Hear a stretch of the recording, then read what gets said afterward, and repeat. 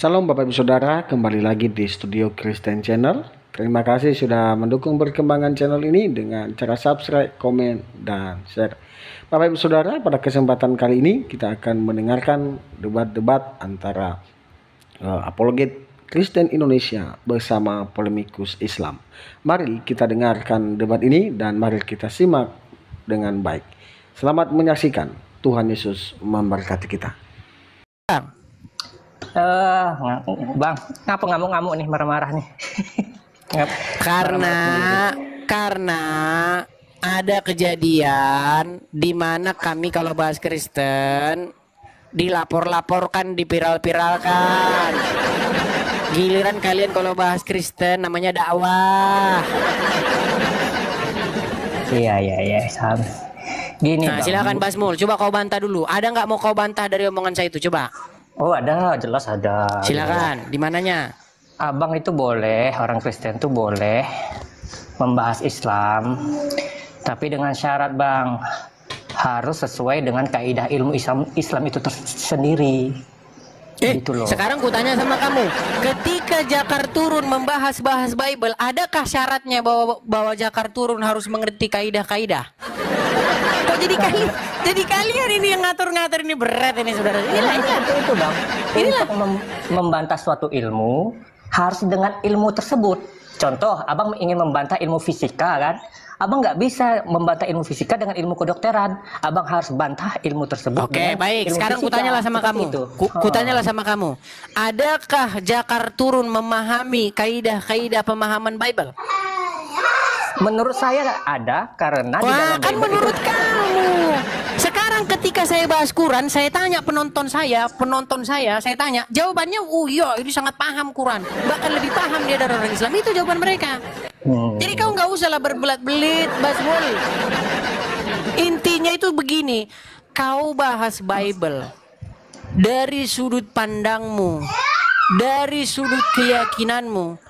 Kau orang Muslim bahas Bible difasilitasi oleh negara, dikawal oleh kepolisian negara Republik Indonesia, dikasih stadionnya. Bayangkan itu.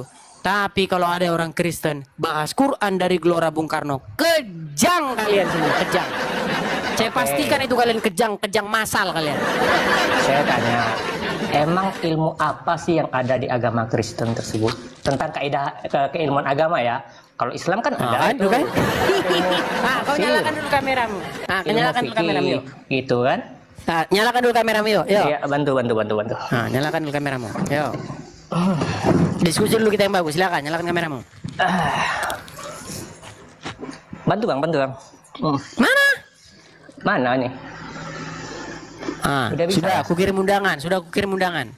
Mana undangannya? Oke. Tunggu ya.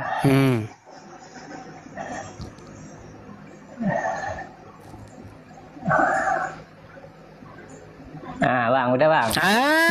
Kau nggak jelas kau pun. Oke. Oh, mau serius nggak? Serius. Oke ya, sip. Oke. Gimana? Ayo, Bang Basmul. Coba Bang Basmul. Waktu Zakir Naik bahas Bible, betul nggak bahwasanya dia dikawal oleh kepolisian negara Republik Indonesia? Betul. Mukamu jangan setengah bikin. Kau macam malu-malu. Gak usah. Udah kau turun lah. Kalau mau diskusi ayo kita serius ini bahas ini. Kita mau bahas yang benar nggak kita? Kalau demi biar ada keadilan di negara kita tercinta ini. Sekarang kutanya sama Abang jujur Bang ya. Kita sesama anak bangsa saling menghargai. Kalau secara akidah kita perang, perang pemahaman. Ya, tapi kalau secara anak bangsa kita saudara. Coba Bang. Waktu Zakir Naik bahas Kristen. Betul nggak bahwasannya dia dikawal oleh kepolisian negara Republik Indonesia? Iya, udah kita ketahui semua. Betul tidak bahwasanya dia didampingi oleh MUI, didampingi oleh mualaf organisasi Muslim, betul atau tidak? Betul. Betul tidak pada waktu itu dia disambut oleh Wakil Presiden Yusuf Kala pada waktu itu? Iya, mau berapa kali? Sekarang Bang, yang dibahas Zakir Naik Dia difasilitasi oleh negara. Ada Stadion Patriot Bekasi yang dipakai di situ fasilitas negara. Ada 40.000 orang yang menonton. Dibahas-bahasnya Kristen, Bang. Iya kan, dibilangnya ditantang-tantangnya orang Kristen. Jikalau ada orang Kristen yang mampu menunjukkan kepada saya dalam Bible bla bla bla bla bla bla dan ocehannya segala macam. Bang, saya sebagai Kristen, saya nggak marah kok, Bang. Saya malah seneng ini. Boleh saya jawab. Nah, waktu saya jawab ini, Bang, ini loh waktu saya jawab ini. Waktu saya jawab, saya kan nggak mungkin menjawab aja, Bang. Saya harus counter balik nih. Zakir Naik, ngapain kau suruh saya ngikutin Nabi yang kena sihir? Nah, waktu saya bilang Nabi yang kena sihir, banyak yang kejang. Sekarang saya tanya sama Abang, Muhammad kena sihir nggak? Kita bahas ini dulu yang tentang. Sebentar dulu, saya tanya sama Abang, Muhammad kena sihir nggak? Iya. Kena sihir. Waktu saya bilang kayak gitu, banyak yang kejang. Inbox saya, awas kau, di mana kau? Awas kau, katanya. Ngeri nggak ini? Kau bahas Kristen, kau bilang dakwah. Giliran ku tanggapi, kejang kalian, kejang masal. Gimana itu? Coba. Itu. Abang Edis boleh membahas Islam. Cuman ingat kaidah ilmu Islam itu apa? Itu dipahamin. Ya, seperti halnya, ya makanya saya katakan boleh Islam membahas Kristen, boleh. Apa standarnya? Karena tidak ada standar keilmuan di dalam agama Kristen. Tuh kan, ini kan hanya ini inilah ngerinya kan. Kau bilang mentang-mentang si Zakir Naik adalah Muslim sama seperti kamu. Kau bilang Zakir Naik itu kan berilmu, dia mengerti kaidah-kaidah, dia paham ilmu Bible. Karena kau seiman denganmu itu. Maka sebutkan kepada saya. Oke, sekarang saya tanya sama Abang. Yang ada di Kristen, itu aja. Gimana? Apa keilmuan yang ada di agama Kristen tersebut? Contoh Islam ada ilmu tafsir, ilmu balaghah, ilmu nahu, ilmu tajwid. Sekarang aku bilang, oke, baik. Kau bilang tadi di Islam ada ilmu nahu sorof, balaghah, mantek, nahu sorof dan lain sebagainya. Ku tanya sekarang. Di Quran mana ada tertulis bahwasanya kalau mau memahami Quran harus paham nahu sorof, balaghah, mantek dan lain sebagainya? Oke.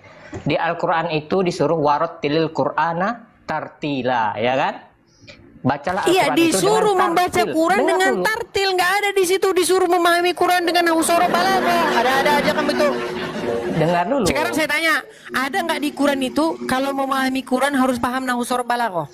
Iya, maka dengar dulu kan. Bagaimana sih tartil itu gitu kan? Nah, tartil itu kan dengan bagus membacanya kan. Maka diformulasikanlah oleh ulama ilmu tajwid.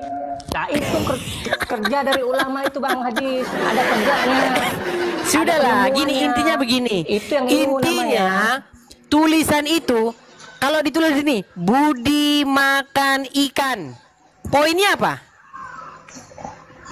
Poinnya kalau Budi makan ikan itu apa? Berarti poinnya adalah Budi makan ikan. Jadi walaupun dibaca Budi makan ikan, nggak masa isinya tetap aja Budi makan ikan. Makanya ibaratnya itu Al-Quran itu lebih indah daripada Zabur Daud kalau dibacakan dengan tartil. Iya, terserah kau mau ngomong lebih indah, kau mau ngomong ini, itu hakmu pribadi. Sudah saya katakan, semua yang kau katakan tentang agamamu itu kau bilang lah ini, kau bilang lah ku turun dari langit apa segala macam, urusanmu. Yang ku bilang begini loh, ketika kau bahas Bible, siap nggak kau kalau ku bahas Quran? Siap, tapi dengan syarat. Siap dari mana? Udah lapor-lapor aja kok. Lapor-lapor, siap dari mana? Pakai ilmu tafsir, pakai asbabul nuzul, itu baru top.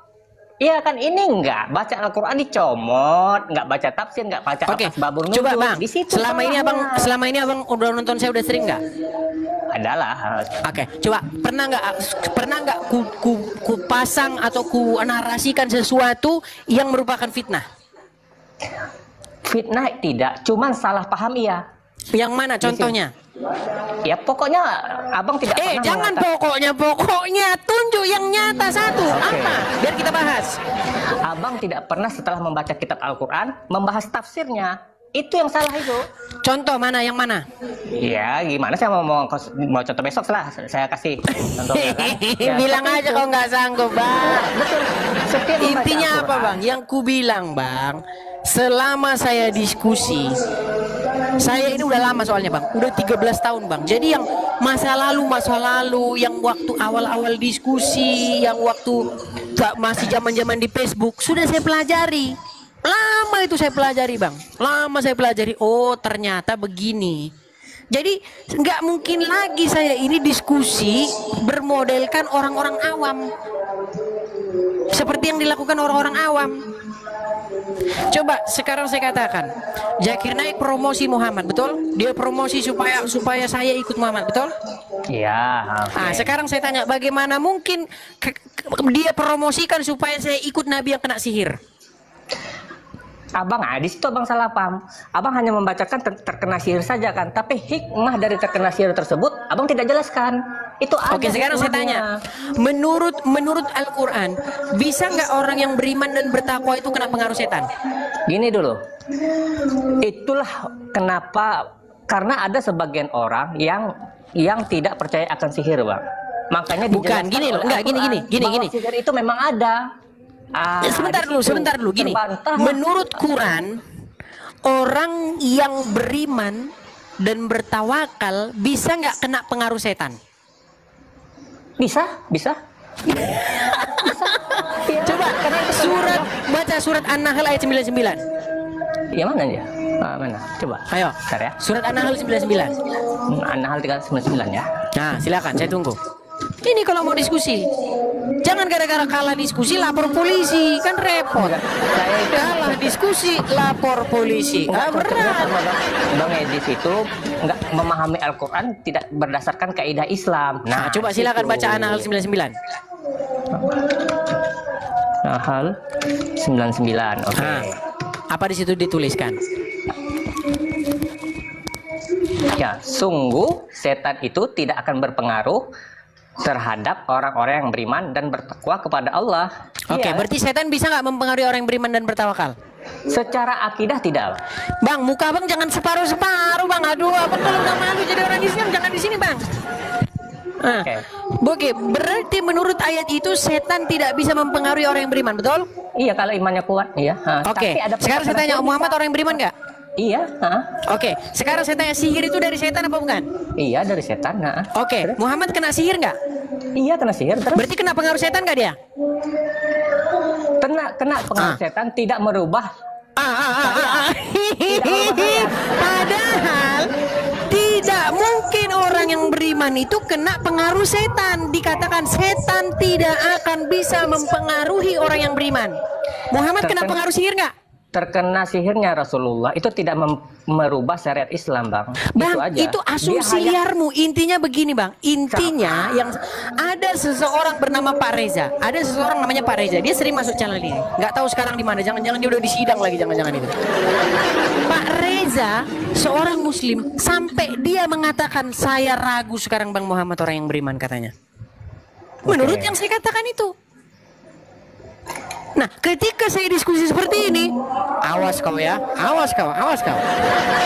Kalau yang seperti ini bahkan saya tantang laporkan ke polisi. Karena saya lagi diskusi, saya menunjukkan dalil, saya sedang berperang argumen. Saya lagi berperang argumen dengan lawan bicara saya nih. Gitu loh. Terkena sihirnya Nabi Muhammad itu hanya sebatas beliau Quran surat berapa itu? Quran surat berapa? Oke ya. Hanya beliau sebatas ragu-ragu telah menerima istrinya atau tidak. Oke, berarti intinya dia kena pengaruh setan nggak? Tidak merubah apa ajaran Islam. Pertanyaan saya, intinya dia kena pengaruh setan nggak? Iya, terkena. Bagaimana mungkin Anda menyuruh saya ikut Nabi yang kena pengaruh setan? Apa keberatannya? Keberatannya gimana? Bagaimana mungkin Nabi di saat yang sama dia kena pengaruh setan? Jangan-jangan yang diomongin itu pengaruh setan. Kan saya bilang pengaruh terkena sihirnya Nabi Muhammad tadi tidak merubah aturan-aturan syariat. Oke, sekarang saya tanya, ada nggak Muhammad dalam Quran itu ditegur? Ada ditegur. Dia bermuka masam ada nggak? Ada, tapi tahu sebabnya apa?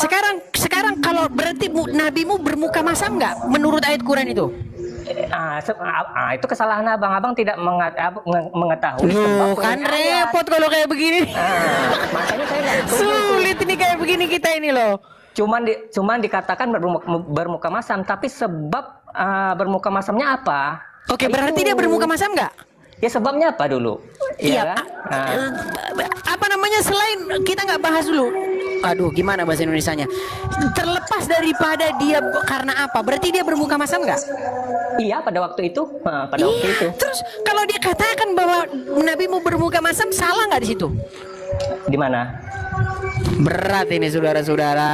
Di Al-Quran itu kan?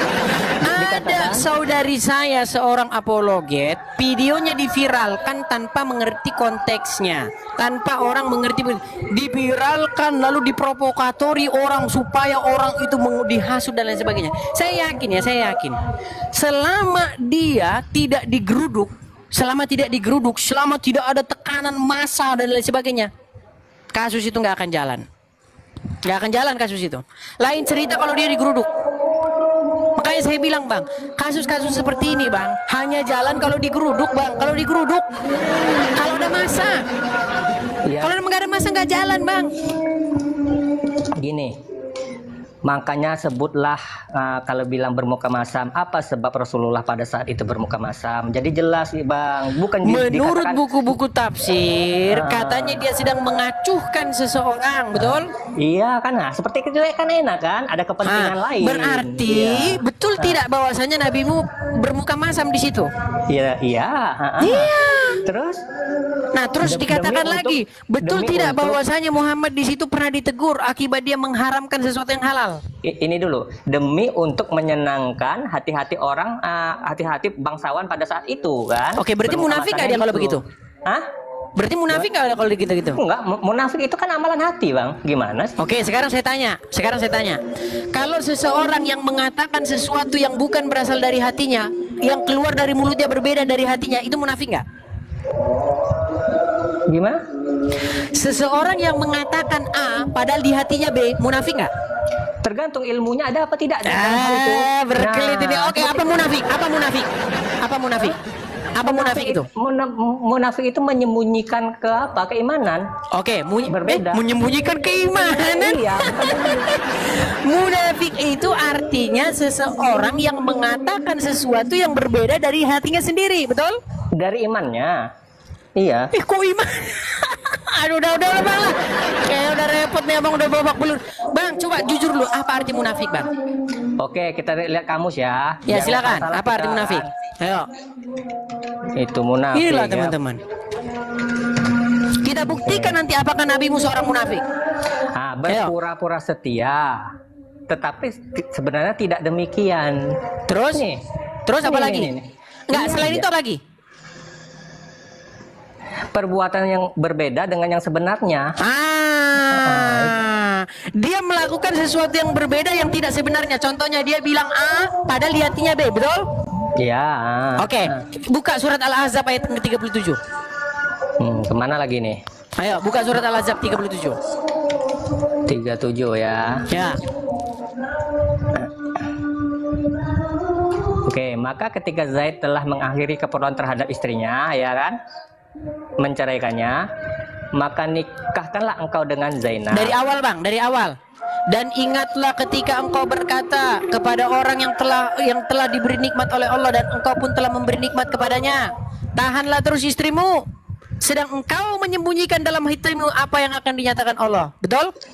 Ya, terus. Oke, sekarang ketika Muhammad mengatakan tahanlah terus istrimu padahal engkau menyembunyikan dalam hatimu, berarti dia mengatakan sesuatu yang sesuai dengan hatinya enggak? Nah, di sini Bang Edi salah paham lagi, ya kan? Sesuatu perasaan yang masih di dalam hati, ya kan? Tidak Oke, ada nggak di situ? Padahal engkau menyembunyikan sesuatu dalam hatimu. Coba baca dulu, baca yuk. Enggak, baca dulu, baca. Oke, kalau sebatas dalam hati. Enggak, jangan beretorika, baca dulu, ayo baca. Oke, mana tadi? Al-Ahzab ya? Ya, Al-Ahzab 37. Oke.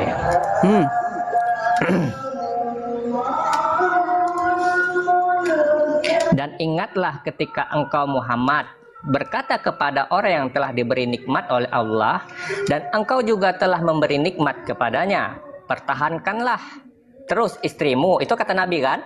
Oke, Muhammad ngomong pertahankanlah terus istrimu, betul? Iya. Oke, ngomong sama siapa dia?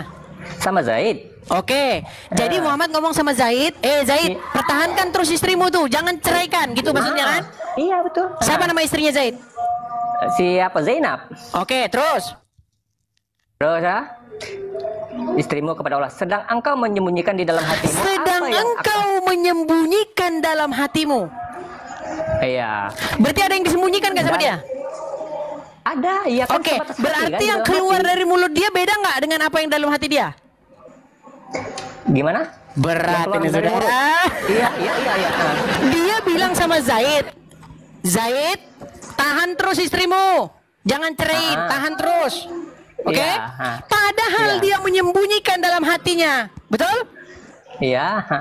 Berarti dia menyembunyikan sesuatu nggak dalam hatinya Muhammad? Iya, betul. Oke, berarti yang keluar dari lisan dia sama dalam hatinya beda nggak? Kan udah saya katakan. Berat, saudara. Dalam hal apa? Itu dalam hal perasaan. Berarti yang keluar dari mulutnya dengan yang dalam hatinya beda nggak? Kan dalam hal perasaan, bukan Bang, dalam sebentar. hal keimanan. Yang keluar dari mulut Muhammad dengan yang ada dalam hati Muhammad ada disembunyikan, beda nggak? Iya beda, tapi dalam hal apa namanya itu? Namanya apa tadi kita sudah diskusikan? Dalam hal apa itu? Bukan dalam hal enggak, namanya munafik nggak itu? Namanya munafik nggak? Dengar dulu pembahasannya. Aduh, repot kita kayak gini bang. Namanya munafik nggak kalau kayak gitu? Bukan munafik seperti itu. Bukan munafik. Tadi kita sepakat loh bang. Munafik adalah seseorang yang mengatakan A padahal di hatinya B. Betul nggak? Iya, tapi bukan dalam perasaan cinta. Berat, saudara-saudara. Dalam hal perasaan syariat. Makanya intinya begini loh bang. Intinya begini. Bagaimana mungkin Anda nekat menyuruh saya mengikuti Nabi yang seperti itu? Bang, ini Nabi yang kena sihir. Ini membahas tentang cinta perasaan, bang. Berbeda. Iya kan? Bukan Nabi yang Anda masih ini kan. Nabi yang Anda bilang, saya nggak mau mengatakan, nanti dibilang fitnah lagi. Aduh, repot ini. Tadi kita sudah sepakat loh bang, munafik itu apa? Munafik itu adalah misalnya, kamu itu baik loh, kamu itu baik loh. Padahal di hatinya, ini orang jahat. Nah, itu munafik namanya. Hati manusia itu kalau hati, ya kan, tidak berdosa. Tapi aduh, udah gini aja loh bang. Intinya saya mau, abang belum sampai ilmu abang ke situ. Abang masih Islam awam. Gini aja lah. Gini bang, dengar. Bang, saya cuma mau bilang gini bang. Intinya gini loh bang yang saya bilang bang. Bang, kalau misalnya Islam bang, boleh bahas Kristen. Intinya saya itu pengen berharap saya itu dikasih kesempatan yang sama. Saya mau bahas Islam juga, gitu loh. Cuman ketika saya bahas Islam jangan marah-marah. Oke lah bang, abang lagi nampaknya lagi sibuk bang. Kita ini dulu bang ya, soalnya ada suara anak-anak bang. Nanti kita kena ban juga. Aduh. Itulah teman-teman ya. Yang terjadi seperti itu teman-teman. Ketika kita diskusi, banyak yang nggak kuat mental, Dan yang saya lihat video-video dari para apologet itu kebanyakan seperti itu, tapi dipotong teman-teman, dipotong seolah-olah nggak ada lawan bicaranya. Seperti tadi itu, ketika saya katakan, mengapa kamu nekat menyuruh mengikut Nabi? Itu bisa aja dipotong sama orang, langsung di framing sama orang. Lihat nih, dia lagi orang nggak mau tahu. Orang yang tukang diprovokasi itu nggak mau tahu itu. Penghujatan katanya, karena udah dibilang itu penghujatan, jadi pokoknya penghujatan. Kenapa itu penistaan? Karena katanya ininya penistaan. Repot. Kalau si Juma sudah bilang itu penistaan, pengikut-pengikutnya juga nanti bilang penistaan. Geruduk-geruduk, akhirnya geruduk-geruduk teman-teman. Ya, itulah yang terjadi. Saya iklan lagi ya teman-teman ya. Nah itulah teman-teman, makanya teman-teman saya sedang menggalang kolekte. Ya, saya menggalang kolekte dari teman-teman untuk menyewa satu rumah untuk berapologet. Jadi teman-teman kalau senang dengan channel saya ini, teman-teman suka, ya, teman-teman dapat banyak wawasan, teman-teman bisa support saya di sini teman-teman. Ini banknya, BRI. Ya, ini nomornya. Teman-teman bisa support saya lewat sini. Ya, uangnya itu akan saya gunakan untuk menyewa rumah dan kegiatan-kegiatan berapologetika. Ya. Termasuk nanti akan saya bikin nanti sekat-sekat seperti itu. Kalau misalnya perlu sekat-sekat untuk biar nggak suara mendal keluar, teman-teman. Karena saya lihat si Uncup kayaknya keren itu kayak gitu ya. Bisa gimana kita bisa bikin studio semacam si Uncup itu, teman-teman? Kalau siaran ada studionya gitu. Jadi kalau dia jerit-jerit sekalipun itu suara nggak akan keluar, nggak akan ganggu. Dan termasuk dan segala macamnya pokoknya kegiatan untuk berapologetika semacam ini, teman-teman. Jadi teman-teman, kalau teman-teman tergerak hatinya untuk mensupport saya, teman-teman bisa support saya di sini ya, teman-teman ya. Uangnya semuanya akan saya gunakan untuk segala kegiatan berapologetika semacam ini, teman-teman. Ya. Seperti itu, teman-teman. Jadi kasus-kasus ya lawan Juma nggak berani. Kok ini berapa kali masuk ke channel ini udah dibilang nggak berani kok. Nggak berani dia. Nggak berani. Ya. Ya bang, saya transparan aja bang. Jadi dananya untuk itu bang. Untuk menyewa rumah ini bang. Ya. Dan seluruh keperluan apologetikanya. Seperti itu. Dari mulai wifi, ya, HP-nya, perangkat-perangkatnya, mic-nya, semuanya bang. Sama kontrak-kontrakan rumahnya semua akan saya gunakan. Tapi ya masih jauh panggang dari api. Ya, setidak-tidaknya ketika saya lakukan ini meringankanlah beban saya seperti itu, teman-teman. Supaya biar tidak terlalu berat seperti itu. Walaupun nanti ya tidak terkumpul ya tetap aja saya akan talangi sendiri dengan uang saya sendiri, gitulah intinya, teman-teman. Ya, oke kita lanjutkan kembali ya. Kalau saya ngiklan langsung turun 600 orang hilang.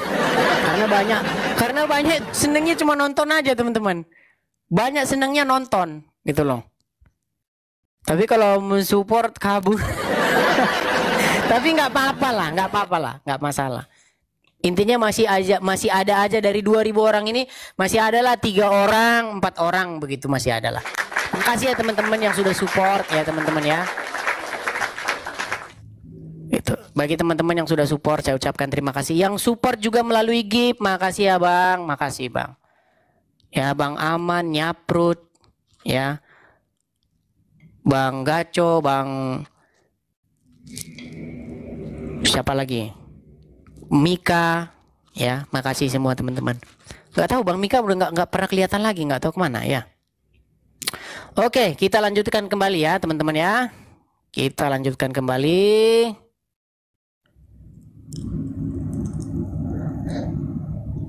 Kita kasih naik lagi. Yang mau diskusi dengan baik tanpa harus marah-marah dan kejang-kejang saudara-saudara. Oke.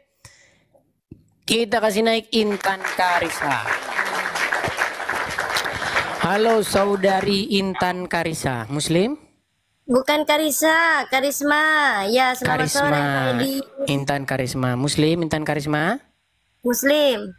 Baik, Intan Karisma. Ya, silakan. Mungkin ada yang Anda mau tanggapi. Anda mau diskusi dengan nyala kamera atau tutup kamera? Buka kamera juga enggak apa-apa, bentar ya. Boleh, ayo. Kalau kalau buka kamera, saya buka kamera juga. Saling menghargai kita. Ayo, silakan. Bentar.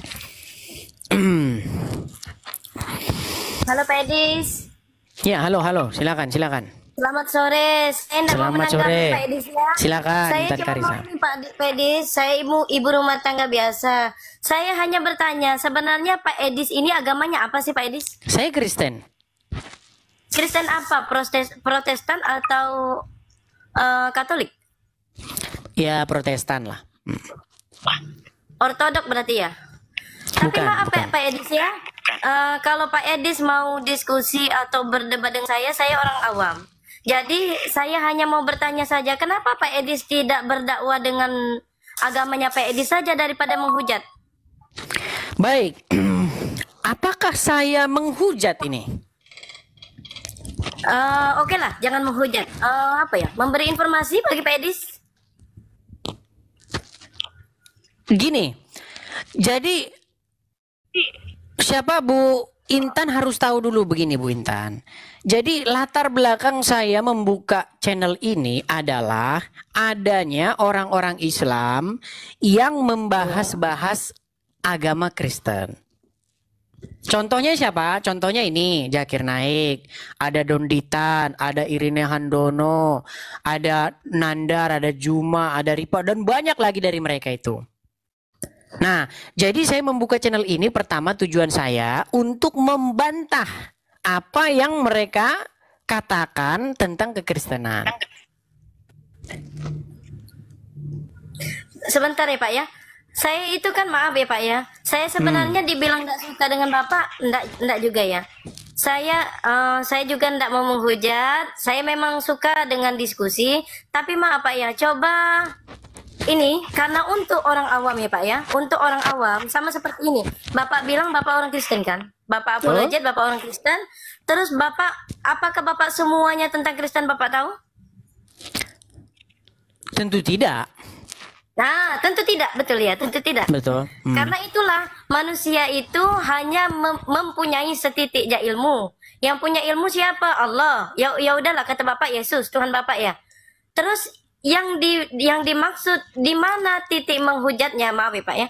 Oke lah, sekarang banyak yang saling terpancing karena agama ya, betul. Tapi yang mau saya pertanyakan sebenarnya kayak Dr. Zakir Naik, beliau itu bukannya menghujat ya Pak ya. Beliau itu malah membuka room diskusi, ada orang Kristen yang mau bertanya tentang Islam, sedangkan Pak Edis bagaimana? Adakah Pak Edis menawarkan saya untuk bertanya tentang Kristen? Oh bebas, boleh di sini tanya tentang Kristen boleh, ditanya boleh, dan bahasan-bahasannya seputar hal-hal yang dahulu dibahas Kristen, dibahas Islam. Contoh misalnya begini, yang Muslim, contohnya si Ripa, Juma dan lain sebagainya mengatakan bahwa kamu Kristen, saya nih Edis TV, kamu kenapa menyembah manusia? Kamu kenapa menuhankan mayat? Saya balikin. Justru yang menyembah manusia, yang menuhankan mayat itu adalah kalian. Dan mohon maaf, akhirnya Bu Intan kena juga. Bu Intan sebagai Muslim kan? Kenapa saya dibilang menyembah manusia? Apakah saya menyebut? Mau kita diskusikan? Mau kita bahas itu? Saya tidak mau diskusi. Kalau diskusi lebih banyak Bang Juma atau Ustadz Yusuf. Tapi tolong Pak ya, saya kan kalau boleh jujur, saya juga ngefans sama Bapak. Kenapa? Bapak ini selalu ada aja yang mau dibahas. Oh, tapi, jelas. Ya, tapi tolong ya Pak ya. Bapak itu kan gini Pak ya. Kalau bagi saya, kenapa Bapak minta dalil? Karena Bapak sudah mempelajari apa-apa yang menurut Bapak untuk menyanggah atau menyangkal perkataan atau dalil-dalil dari orang Islam, betul enggak?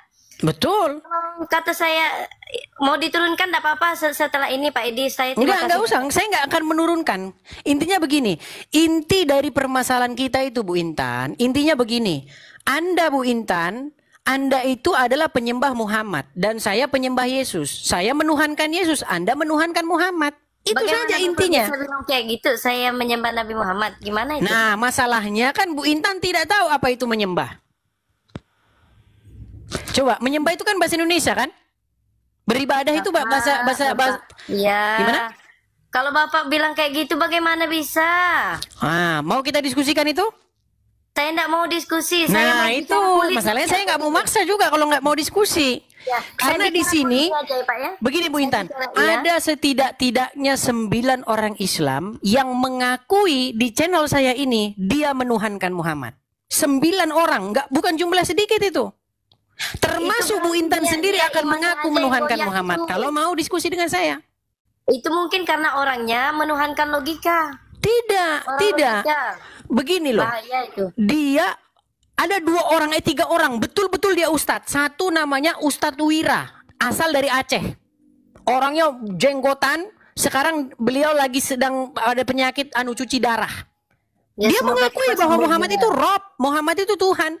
Nah, itu bahaya. Saya juga enggak tahu kalau soal itu ya Pak ya. Nah, kemudian Ustadz Asmadi Munte mengakui Muhammad itu ilah dan Rob. Bahkan Rifa juga mengakui Muhammad itu adalah Rob. Nggak ada, Bapak. Nah, ini masalahnya. Kan banyak orang tidak tahu. Bapak. Oke, saya kan sering lihat Bapak sama Pak Yusuf ini dengan Pak Yusuf. Saya jadi ya, saya grogi juga nih. Saya kan sering lihat Bapak sama Ustadz Yusuf. Apakah betul itu video Bapak yang bilang bahwa Bapak itu bukan orang Kristen? Saya orangnya ada di sini ya. Jadi tanya saja sama saya Kristen. Kenapa Bapak bilang Bapak tidak percaya dengan Yesus? Jadi Bapak percaya dengan siapa? Siapa bilang saya nggak percaya dengan Yesus? Ini berat ini saudara-saudara. Ini termasuk orang-orang yang korban korban informasi bohong. Gimana bilang informasi bohong? Orang videonya ada. Makanya saya bilang, Pak. Di mana ada video yang mengatakan bahwa saya tidak percaya dengan Yesus? Aduh, Bapak ini. Saya sebenarnya suka dengan rumus seperti ini, tapi saya cuman pesan gini aja, Pak ya. Silakan Pak Edis mendakwakan Kristen mereka atau menyiarkan Kristen tanpa menghujat, kecuali Bapak itu anggapannya udah luas ilmunya tentang Al-Quran, tentang hadis. Begini Bu Intan, saya harus katakan sekali lagi bahwa saya adalah orang yang telah menghabiskan waktu 13 tahun lamanya secara berturut-turut menghabiskan waktu dan energi untuk mempelajari Islam, sehingga saya katakan bahwa tidak ada saya pernah dapati seorang Muslim yang lebih ngerti ajaran Islam daripada saya. Itu Pak. Bapak karena ketika buktinya, oke sekarang saya tanya Bu Intan, apakah Bu Intan mengakui bahwa Bu Intan di hadapan saya mengakui bahwa Bu Intan orang awam? Saya orang awam untuk saya sendiri, bukan. Oke, di hadapan saya Bu Intan berani nggak mengaku mengerti Islam? Saya Bapak ya, ini kan banyak orang Islam juga di bawah ya. Banyak. Mungkin channel saya ini malah 70% yang nonton Muslim. Nah, ya, oke bagus. Nah, ini cukup teman-teman yang di bawah ya. Bagi seorang wanita yang wajib dipelajari itu apa? Yang pertama, ilmu fikih. Karena di fikih itu kita belajar sholat, belajar tentang hadas, belajar tentang haid, belajar itu yang dipelajarin, Pak. Baik, boleh saya bantah? Boleh. Tidak pernah ada di dalam Quran ayat yang mengatakan bahwa seorang wanita itu wajib mempelajari fikih, mempelajari tentang haid dan lain sebagainya. Nggak pernah ada. Bapak. Oke lah, kalau di dalam ini Pak ya, kalau kata Bapak bilang di dalam Quran ndak ada ini, ndak ada itu, Bapak dengar saya nih ya. Di dalam Islam itu kan ada 4. Yang pertama ada Al-Quran, ada hadis. Jadi begini, Al-Quran itu adalah kitab penyempurna. Kalau Bapak bilang orang Islam tidak percaya dengan Zabur, dengan Taurat, ya iyalah Bapak, bukan soal tidak percaya. Memangnya di zaman sekarang masih ada Zabur dengan Taurat? Baik, boleh saya tanggapi lagi Bu Intan? Boleh saya tanggapi lagi? Boleh. Begini Bu Intan, kalau kitab itu penyempurna, kalau kitab itu isinya dikatakan lengkap dan menjelaskan, maka kitab yang menjelaskan itu adalah kitab yang mengatakan bahwa kitab itu menjelaskan dan sempurna. Bagaimana mungkin kitab yang Anda katakan kitab penjelas, kitab yang sempurna, tapi yang Anda buka bukan kitab itu. Yang Anda buka malah kitab lain. Ini sama saja begini nih. Sama saja begini. Ada Android generasi 3. Lalu keluar Android generasi 4. Android generasi 4 ini yang lengkap, sempurna, yang segala fiturnya ada di dalam. Tapi yang dibuka Android 3. Makanya bohong berarti.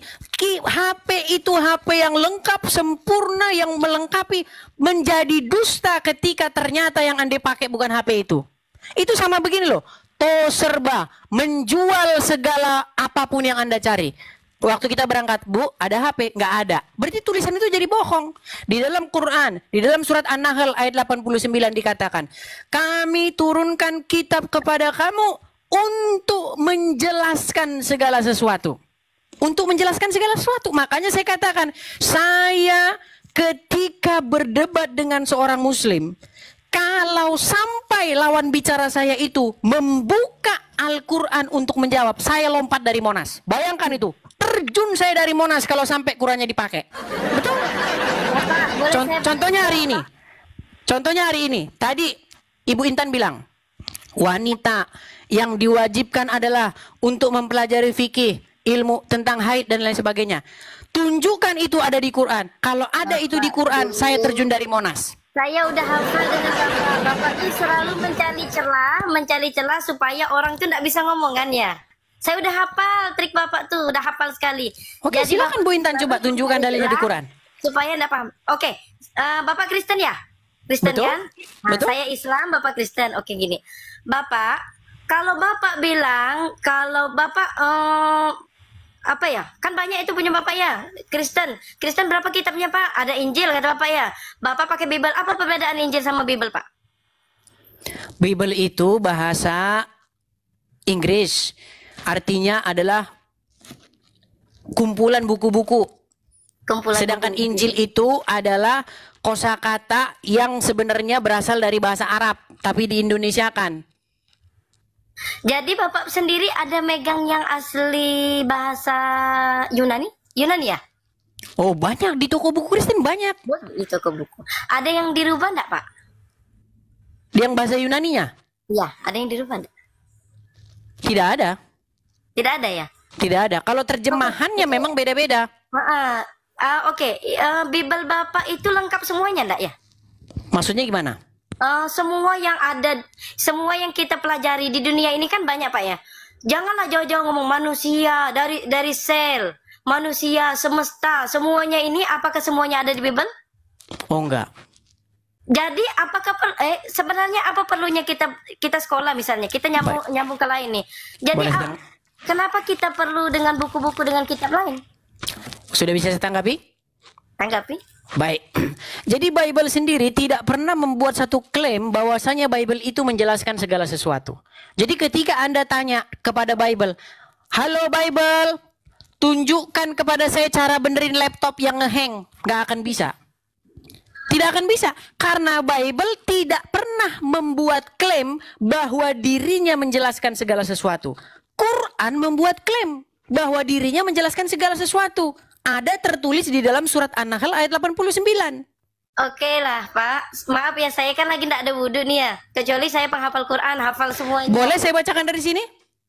Tapi itu saya request ya Pak ya. Sebelum Bapak baca satu ayat, Bapak tuh harus baca dulu 2 ayat sebelumnya. Baik, boleh. Pertama-tama, ingat ini tantangan lagi ya. Tadi Ibu Intan bilang, saya belum wudhu. Saya katakan, kalau ada orang Islam yang bisa menunjukkan kepada saya kalau megang Quran harus wudhu dulu, saya terjun dari Monas lagi. Nanti Bapak mau terjun beneran nih? Iya. Tunjukkan ayat di Quran dari Al-Fatihah sampai Anas. Teman-teman, buka ada surah Al-Waqiah namanya ayat 50. Silakan. Silakan. Bapak cek. Silakan. Nanti Bapak benar-benar terjun. Betul, saya terjun dari mana? Di dalam surat Al-Waqiah itu perintah untuk berwudu, bukan perintah untuk berwudu sebelum membaca Quran. Aduh, bahaya Bapak nih. Hati-hati Pak kalau ngomong Pak. Ibu Intan, Bapak lagi. ini banyak yang rekam. Ibu Intan silakan rekam. Saya katakan sekali lagi ini, biar jelas ya, biar jelas nih, biar jelas. Tolong biar jelas ya.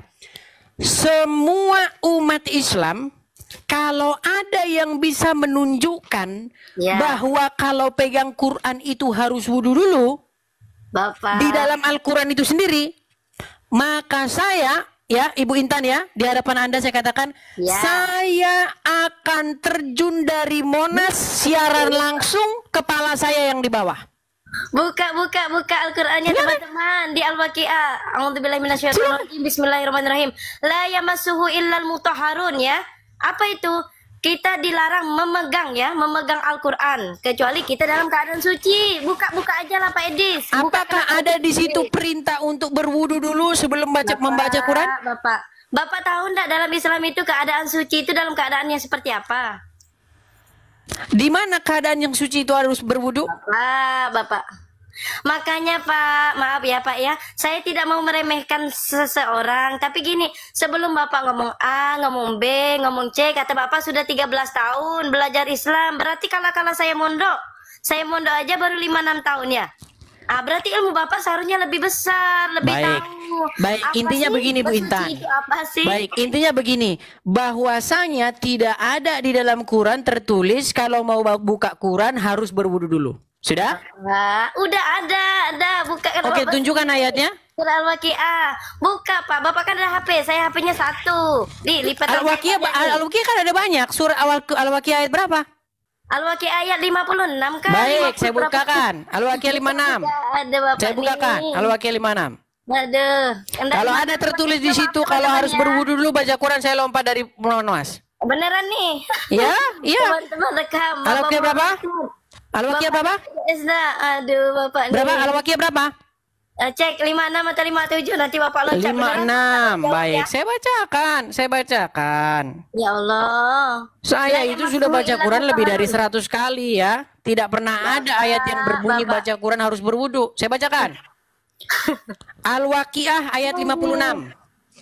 Itulah hidangan untuk mereka pada hari pembalasan. Ya udah, maaf Pak ya, saya kan belum wudhu nih. Nanti kalau saya aduh, berat saudara-saudara ini. Saya wudhu dulu ya. Oke, setelah wudhu datang kemari ya. Saya tunggu setelah wudhu datang kemari ya. Iya. Berapa menit? Matiin. Oke, berapa menit? 1 menit juga cukup. Oke, silakan. Saya tunggu. Wudhu itu seperti apa? Baik, saya tunggu. Silakan. Sejak kapan ada seorang yang orang awam mau menghadapi saya? Sudah saya bilang, selama saya diskusi, tidak pernah ada seorang muslim pun di hadapan saya yang kedapatan dia lebih mengerti Quran daripada saya. Nggak pernah ada. Bahkan yang jenggotnya panjang, langsung dia bilang, saya bukan ustadz. Di hadapan saya langsung begitu. Nggak berani, langsung mendadak menjadi orang awam, saudara-saudara. Oke, sambil menunggu ya, sambil menunggu teman-teman. Saya ikut. Baik, teman-teman jangan lupa tap layar ya. Teman-teman jangan lupa like ya. Follow saya supaya teman-teman tidak ketinggalan nanti kalau saya live, karena banyak akun-akun palsu yang mirip-mirip namanya dengan saya, profilnya juga sama padahal akun palsu teman-teman ya. Jadi hanya ini yang asli dan yang satu lagi nggak usah saya sebutkan. Jadi teman-teman kalau suka dengan channel ini, teman-teman bisa follow, dan kalau mau support saya teman-teman di sini ya teman-teman ya. Nih teman-teman, screenshot, tangkap layarnya. Suatu saat teman-teman ada berkat berlebih, teman-teman bisa support saya di sini. Oke, kita tunggu dulu si Intan datang lagi supaya kita lanjutkan diskusinya.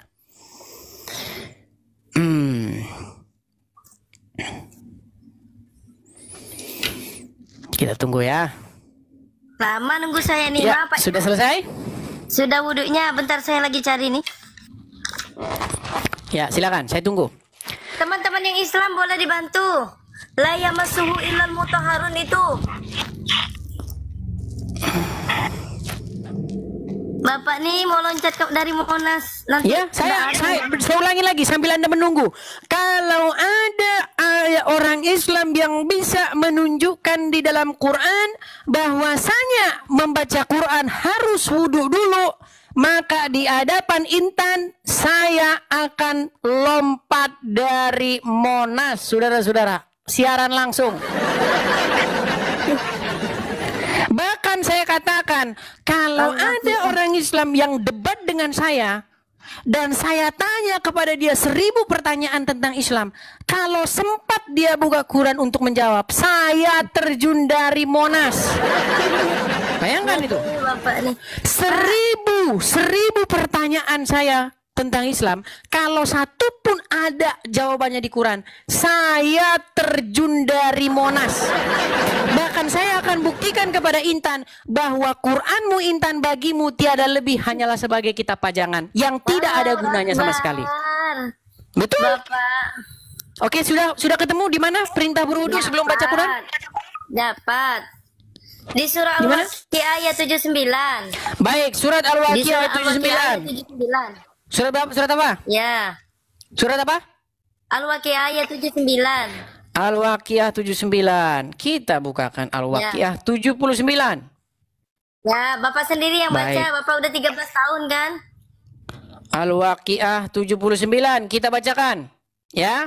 Ya, Bapak yang baca. Di sini dikatakan ya. Allah bersumpah bahwa sesungguhnya Al-Quran yang berisi tuntunannya ini adalah bacaan yang sangat mulia. Wahyu Allah ini tertulis pada kitab yang terpelihara, yaitu lauh mahfuz yang selalu terjaga, sehingga tidak ada yang dapat menyentuhnya kecuali hamba-hambanya yang disucikan. Sungguh Al-Quran ini diturunkan dari Tuhan seluruh alam. Terus Bapak mau bilang gini kan, kata Bapak, itu di mana perintah menyentuhnya harus berwudu dulu? Baik, baik. Anda ingin berasumsi liar bahwasanya kecuali hamba-hambanya yang disucikan itu adalah orang yang berwudu gitu? Bapak. Enggak, sebentar Intan, saya mau serius dulu nih. Kan tidak ada di situ tertulis kalau mau baca mushaf Quran harus wudu, betul? Makanya ya betul Pak. Makanya. Artinya Anda harus memelintir dulu ayat ini. Anda pelintir dulu. Anda edit dulu ayatnya ini sehingga artinya adalah harus wudu dulu, begitu? Bapak ya. Itulah Pak, bagi orang awam seperti kami ini, ketika kami membaca Al-Quran, Bapak kan tahu sendiri Al-Quran diturunkan oleh Allah Subhanahu wa Ta'ala melalui malaikat Jibril, lalu diwahyukan kepada Nabi Muhammad. Bohong lagi. Bahasa Arab. Tidak ada lagi itu. Aduh, tidak ada seperti itu, Intan. Gini Pak ya, udah tadi la yamassuhu ilal mutahharun, kecuali orang-orang yang disucikan. Bapak, dalam Islam orang yang disucikan itu apa? Gini Pak ya, saya beri logika. Berarti orang-orang yang disucikan itu harus dipelintir dulu bahwasanya orang-orang yang disucikan itu adalah orang-orang yang wudu, betul? Betul. Orang Islam artinya Anda harus mengedit dulu Al-Quran, Anda harus merubah dulu isi Al-Quran, baru Anda harus menjawab pertanyaan itu, betul? Bukan merubah dong, Bapak. Baik, silakan. Pertanyaan selanjutnya. Oke. Gini Pak ya. Oke, gini. Bapak, dalam Islam itu dari hal perkara yang kecil pun sudah diajarkan. Untuk tata cara ibadah sudah diajarkan. Misalnya seperti ini Pak, maaf Pak ya. Bapak, air itu ada bermacam-macam. Ini dalam Islam, misalnya teh pucuk ya, atau TS. TS itu keadaannya suci, tapi tidak mensucikan. Air hujan suci, mensucikan. Kalau air yang kejatuhan najis menjadi air yang najis. Kalau air yang udah kena sinar matahari berarti air yang air yang tidak mensucikan. Jadi gini Pak, kalau saya jelaskan dengan Bapak, terlebih lagi saya bukan guru agama Pak ya. Kalau saya jelaskan dengan Bapak, yang pertama, Bapak katanya lebih paham juga ya. Kalau Bapak bisa saya tanggapi dulu tuh sebentar? Ya. Baik, seperti yang saya katakan tadi, setiap Anda membuat klaim, saya pastikan bahwa itu bukan dari Quran. Coba, di Quran mana ada tertulis bahwasanya air yang begini, air yang kena sinar matahari, air yang begini menjadi najis, menjadi tidak najis, dan lain sebagainya seperti yang Bu Intan katakan. Saya pastikan semua yang Ibu Intan barusan katakan tidak ada satupun di antaranya dari Quran, tidak ada. Kita perlu hadis, itulah kita perlu kitab. Berarti betul ya Bu Intan bahwasanya Al-Quran bagi Anda kitab penjelas itu hanyalah gombal, betul? Bapak itu tidak tahu ya, bukan gombal. Bapak itu kenapa tidak digunakan Al-Quran untuk menjelaskan sesuatu? Jadi makanya saya bilang, Bapak tidak bisa masuk tiba-tiba ke agama Islam mengklaim ini. Nah, maaf ya Pak ya. Apakah Bapak mengerti gini? Al-Quran itu pakai bahasa Arab, indah seperti syair bagus. Begini Bu Intan, sedikit. Tadi Bu Intan kan sudah wudu. Silakan buka surat An-Nahl ayat 89. Bapak nih. Silakan buka An-Nahl 89.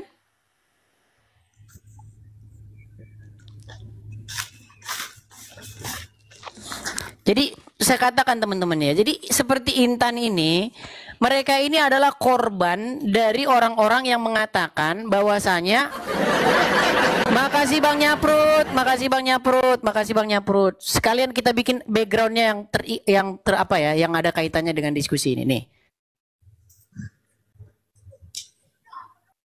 267 ayat berapa tadi Pak Edis? Halo. Yang Islam nih ada-ada aja. Surat An-Nahl, surat An-Nahl, Bang Nyaprut, makasih Bang Nyaprut. Surat An-Nahl ayat 89. Ayat 89. Iya. Ya. Terus Pak mau dibaca kah atau mau Ya silakan dibacakan. Memangnya Bapak sendiri bisa kah baca Al-Qur'annya? Kan sudah diterjemahkan di situ. Oh, berarti terjemahan aja ya? Oh iya, karena saya orang Indonesia, saya baca terjemahannya.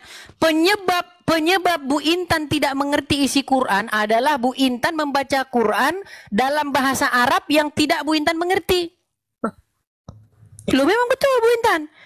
Oh, sekarang gitu. begini Bu Intan, kalau Bu Intan baca Quran itu huruf Arabnya, nggak baca terjemahannya, mengerti nggak artinya?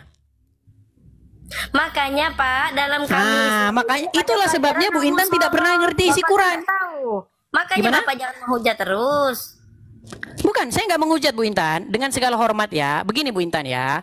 Ketika Ibu Intan membaca Quran dalam huruf Arab itu, ya, apakah Ibu Intan ngerti artinya tanpa membaca terjemahannya? Ada yang ngerti, ada yang tidak. Ketika tidak mengerti, berarti perlu baca terjemahan, betul? Ya perlu, tapi tidak bisa makanya saya bilang sudah diatur. Makanya saya bilang, apa sebabnya kalian tidak mengerti isi Quran? Karena ketika kalian baca Quran, kalian baca huruf Arabnya tapi tidak mengerti. Dan motivasi membaca Quran adalah supaya dapat amal.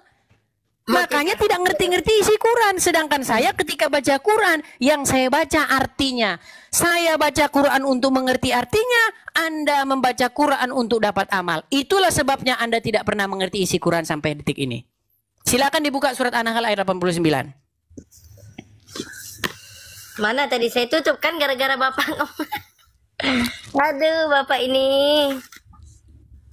Aduh. Surat An-Nahl, jangan-jangan Ibu Intan tidak tahu surat An-Nahl itu surat keberapa? 269.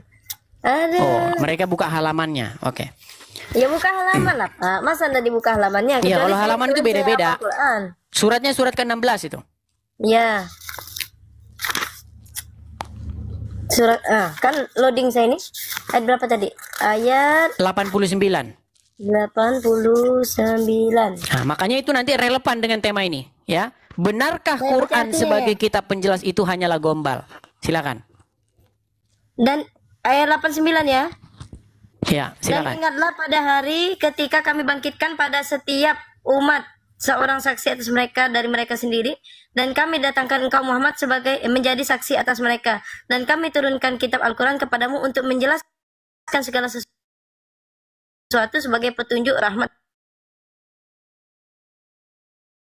dan kabar gembira bagi seorang yang berserah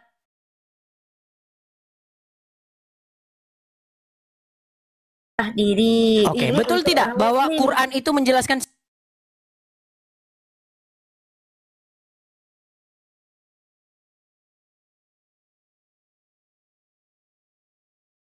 segala sesuatu? Menjelaskan segala sesuatu.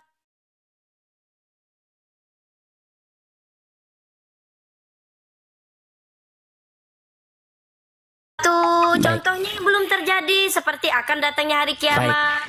Baik. Pertanyaannya begini sekarang Bu Intan. Kenapa Quran yang diklaim menjadi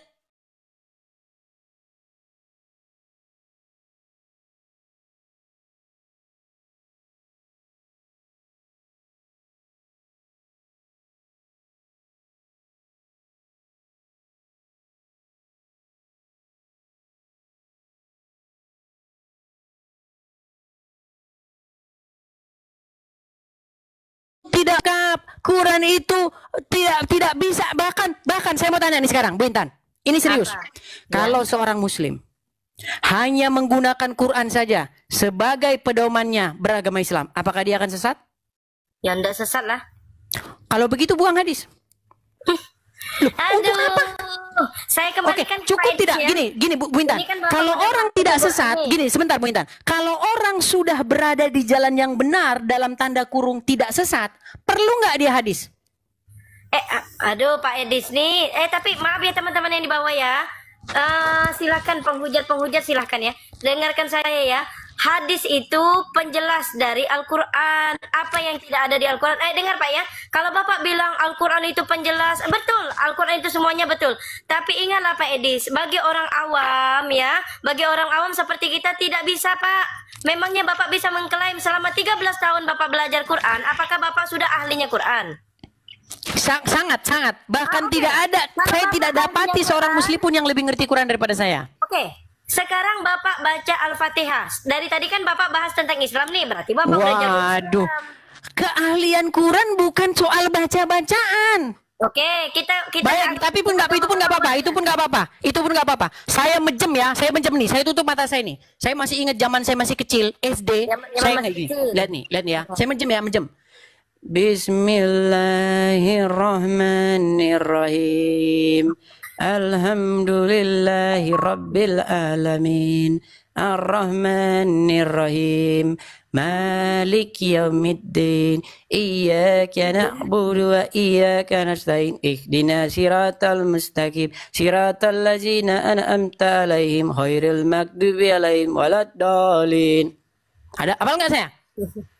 Zaman saya masih kecil, masih SD saya udah ngaji.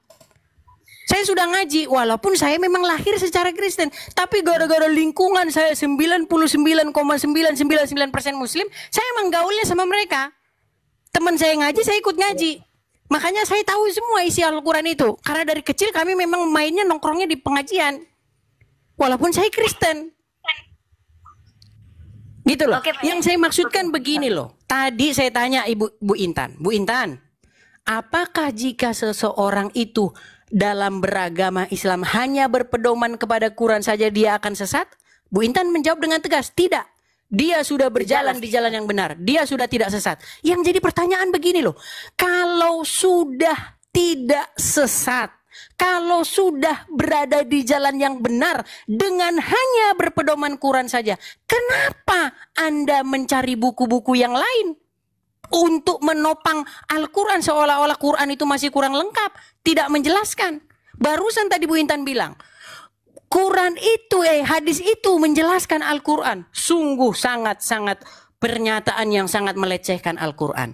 Di Quran mana dikatakan bahwa kitab karangan Bukhari itu menjelaskan Quran? Melecehkan. Pernahkah Muhammad menggunakan Bukhari? Bukhari. Aduh, Bapak Edis nih ah. Oh ya, silakan jawab. Mbak Edis. Betul gak bahwasanya kalau hanya berpedoman kepada Quran dia sudah cukup berjalan, sudah ada di jalan yang benar? Saya kan orang awam Pak Edis. Nah, jadi akhirnya langsung mengaku orang awam kan. Makanya saya bilang setiap ketemu Muslim ketika saya ajak diskusi akhir-akhirnya akan mengaku orang awam. Memang orang awam betul. Nah, ketika ini ya maaf ya, Pak, dari tadi kan Pak Edis sudah ngomong, saya dong kasih kesempatan ngomong. Silakan. Nah, Oke lah, gini Pak Edis, seperti sama persis kayak Pak Edis tadi. Pak Edis bilang Pak Edis orang Kristen. Kristen apa, Protestan ya? Ya. Protestan itu ortodok berarti ya? Bukan. Hah? Jadi bukan, apa? ortodoks itu lain lagi. Berarti tapi saya tidak membeda-bedakan karena kekristenan itu bukan soal ortodoks, bukan soal Katolik, bukan soal Protestan, bukan soal kekristenan itulah adalah soal bagaimana seseorang itu hidup kudus dan benar sesuai dengan perintah Tuhan. Jadi kekristenan bukan soal ortodoks, Katolik, Protestan. Jikalau Anda mengatakan Kristen, pengikut Kristen, maka di detik yang sama Kristus harus menjadi raja yang memerintah di dalam hidup Anda. Ketika Kristus menjadi raja, ketika Roh Kudus menjadi raja memerintah di hati seseorang, maka hidupnya akan sesuai dengan tuntunan Roh Allah yang ada di hatinya. Makanya kami bernyanyi. Gimana? Maaf Pak ya. Apakah di dalam Bible ini saya ngomong Quran ya. Di Quran itu Pak, apakah ada satu aja ayat tentang ada yang Yesus? Atau dalam arti bahasa Indonesia Yesus tetap tidak ada. Coba Bapak lihat di ajaran Bapak sendiri, ada Allah. Allah itu dari mana Pak? Kata Allah itu dari mana? Allah dari mana? Baik. Allah itu adalah kosakata yang ada di dalam terjemahan LAI yang merupakan terjemahan dari misalnya Elohim diterjemahkan jadi Allah, Theos diterjemahkan jadi Allah, Eloah juga diterjemahkan jadi Allah. Tapi Allah itu ada di Bible atau ada dari tulisan bahasa Arab? Baik, saya jawab. Jadi pertama-tama orang Islam harus sekolah lagi. Membaca huruf Latin ALLAH itu bukan Allah, tapi Allah. Makanya saya sarankan, tolong sekolah-sekolah Islam, pesantren-pesantren, kalau baca ketemu huruf Latin ALLAH, bacanya Allah, bukan Allah. Allah itu tidak huruf Latin. Galatia 5 ayat 16 sampai yang ke-26 mengatakan bahwa hidup menurut daging atau roh. Maksudku ialah hiduplah oleh roh, maka kamu tidak akan menuruti keinginan daging. Sebab keinginan daging berlawanan dengan keinginan roh, dan keinginan roh berlawanan dengan keinginan daging. Karena keduanya bertentangan, sehingga kamu setiap kali tidak melakukan apa yang kamu kehendaki. Akan tetapi jikalau kamu memberi dirimu dipimpin oleh roh, maka kamu tidak hidup di bawah hukum Taurat. Perbuatan daging telah nyata, yaitu percabulan, kecemaran, hawa nafsu, penyembahan berhala, sihir, perseteruan, perselisihan, iri hati, amarah, kepentingan diri sendiri, pecinderaan oleh roh pencemah, kedengkian, kemabukan, pesta pora, dan sebagainya. Terhadap semuanya itu kuperingatkan kamu, seperti yang telah kubuat dahulu, bahwa barang siapa melakukan hal-hal yang demikian, ia tidak akan mendapat bagian dalam kerajaan sorga. Tetapi buat roh ialah kasih, sukacita, damai sejahtera, kesabaran, kemurahan, kebaikan, kesetiaan, kelemah lembutan, penguasaan diri. Tidak ada hukum yang menentang hal itu. Barang siapa menjadi milik Kristus Yesus, ia telah menyalibkan daging dengan segala hawa nafsu dan keinginannya. Jikalau kita hidup oleh roh, baiklah hidup kita juga dipimpin oleh roh. Dan janganlah kita gila hormat, jangan kita saling menentang dan saling mendengki. Ya, dalam kebenaran firman Tuhan ini Bapak Ibu Saudara mengajarkan kita bahwa kita harus menjauhkan diri seperti yang disampaikan tadi, bahwa dalam percabulan, pencemaran, iri hati, fitnah, ya mari kita menjauhkan diri kita dalam hal itu, karena tidak berkenan kepada Tuhan. Nah, dari debat yang sudah kita saksikan dan sudah kita dengarkan bersama, banyak orang yang menyampaikan sesuatu pernyataan mereka sesuai dengan pemahaman mereka tentang Yesus. Tetapi itu salah. Karena kenapa? Kembali lagi kita kepada Alkitab. Alkitab menyampaikan bahwa Yesus Kristus adalah Tuhan. Dia adalah jalan, kebenaran, dan hidup. Tidak ada jalan melalui Bapa kalau tidak melalui Dia, yaitu Yesus. Maka dari itu percaya kepada Yesus, maka hidup akan selamat. Dan kalau tidak percaya Yesus, engkau akan binasa. Maka dari itu bertobat dan percayalah kepada Yesus. Itu saja yang mungkin bisa saya sampaikan. Sampai jumpa.